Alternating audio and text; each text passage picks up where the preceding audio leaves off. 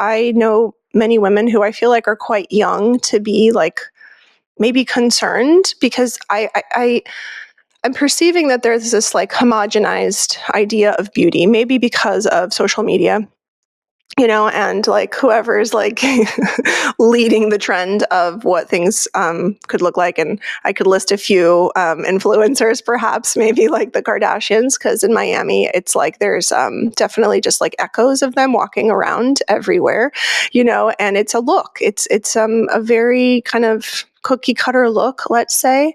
So I see young women who have their own authentic, unique beauty start to shift things in order to fit that mold. And so, what happens long term if a woman begins in her 20s or early 30s getting like fillers and doing the Botox and making some maybe subtle adjustments to look a certain way, like, neurologically. And if we're looking at toxicity, like what are the long-term effects of doing this and the frequency in which it's being done? Right. And there's a lot in there, even from the neuroanatomic understandings of perceptions of beauty and how that goes. And there's been homogenization of that since the images became available. This goes back into the 70s and things, right? So, but now we have a lot more images available. You're right. And it starts to snowball and it becomes more homogenized the more that we can see, right? So that is definitely happening, and it is driving younger interventions. It's driving younger anti-aging interventions, meaning that some people in their 30s, late 30s, early 40s are now seeking out like gravitational types of like facelifting procedures. So there's that. And that is truly rejuvenative, but it's rejuvenating this much type of thing. And again, that's not wrong. That's actually one of the things that I kind of specialize in and do a lot of, because my whole approach is sort of this Pareto 80-20 principle of like, let's do as little as we can and make that happen without going full blown on some big procedure that you don't need, right? So I have little micro techniques to accomplish those things durably. The problem is you're walking into a minefield of misinformation. I'll just say that. And that maybe isn't the exact right term to put it, but it's really hard to navigate or separate the pearls from the poo of all the things that are out there a little bit, right? And this is what happens with a homogenized image, a really beautiful 20-something-year-old, and altering, which is at this point transform. If you're 20-something and you're getting filler, you are probably transforming, not rejuvenating at that point. So back to that terminology, right? Say it's your lips or something like that. And that becomes unnatural, especially when we're talking about a face, it becomes unnatural from where you were meant to be at 20-something years old, right? So the ideas behind it that perpetuate this is that you're supposed to look this way, which is a whole nother topic. But then in my area of expertise is, okay, now we're talking about this, let's say filler. You mentioned fillers. Let's this filler that you just put in your face, the misunderstandings or misconceptions about it really drive this behavior. One of those being this filler only lasts 6 to 12 months or 18 months or something like that.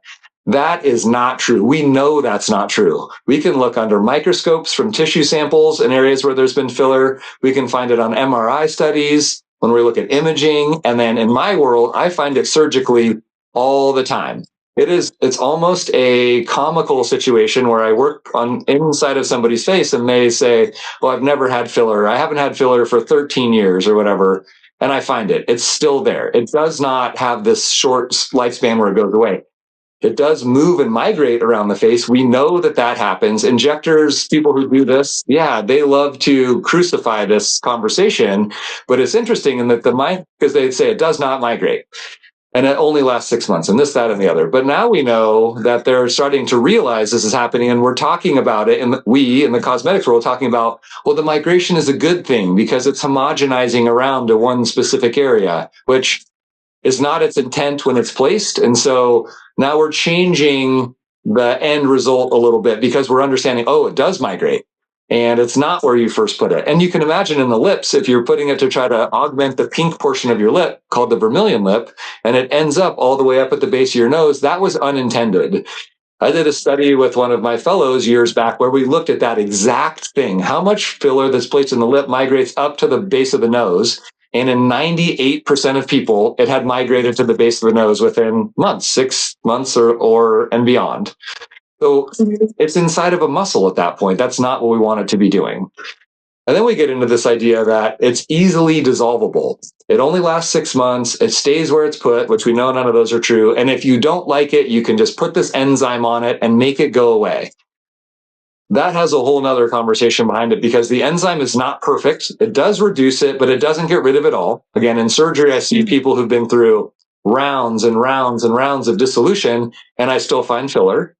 And the enzyme itself, this is another hot, polarizing, controversial topic, but it can potentially have impacts on our facial structure and volume, specifically with this one little it's actually an extracellular matrix. It's called hyaluronic acid, which is what the fillers are made out of. But we have it in our face, and it supports the structure and hydration of our skin outside of our cells in our face. So we don't want to get rid of all of our own hyaluronic acid. If you're young, it can recover, but if you go too much, too hard, too frequently, we see changes in the face permanently from that enzyme. So that's not a great safety net or magic wand option either. And so there's just a lot of things like this that make it, it's every decision we make has a consequence, and getting filler at any point has more consequences than we think. That doesn't mean it's bad. Filler has a place, absolutely does. It's when we start talking about the distortions that come with it, distortions of our face, distortions of our perception, and ultimately distortions of ourself a little bit. Excuse me, those distortions of perception you mentioned a little bit. There's this idea of perception drift. When you start getting filler regularly in your whatever age, if you're getting it every 6 or 12 months along the way, what you're seeing in the mirror changes. What your baseline, your North Star changes because of what you see. And so you get your filler and it's a small change, and 6 months later you get it again and it's another small change, and your norm of perception starts to drift down this road. But if you go back and take everything at once, and sometimes this happens with a friend or a family member, and they say, you don't look like yourself anymore. And you go back to the beginning, you're like, oh, that's true. It just happened over 10 small increments or something like that. That's really common.